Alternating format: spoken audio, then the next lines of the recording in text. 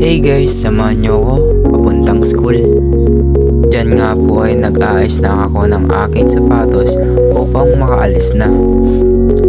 Habang ako'y nagsisintas ng aking sapatos, ay dumating na ang aking mga tropa para sunduin ako. Kaya dali-dali akong lumabas. Dito naman ay naglalakad na ako palabas para makaalis na rin. Lakad. Pag ika'y naglalakad, ika'y mapapagod syempre. Ayun na yung aking mga tropa, kaya binilisan ko na. Diyan nga po ay binabaybay na namin yung mga daan upang makarating sa school.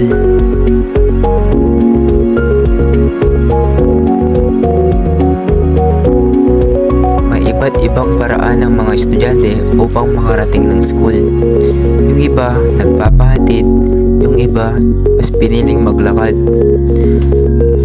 yung iba naman nagpapamasahe pa para makarating lang ng school. Enjoy muna tayo sa ating mga nakikitang magagandang view.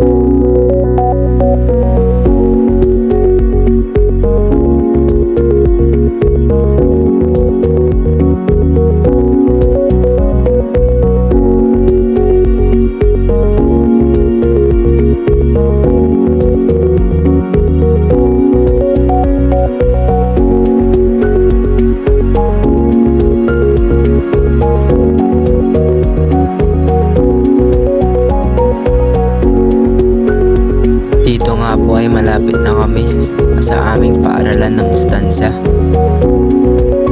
Ayun na nga po, konting kembot na nga lang ay nasa school na kami. At nasa school na po kami. At biglang naisip ng mga tropa ko na magpa-print. Kaya umalis muna kami at pumunta ang print shop.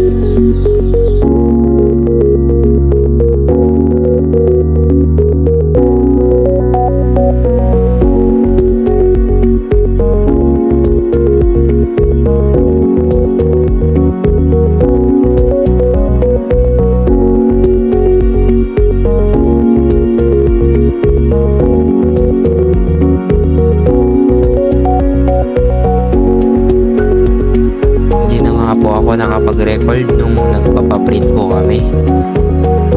At nung asa school na kami, binigay sa amin ng invitation card para sa GS Prom mamaya.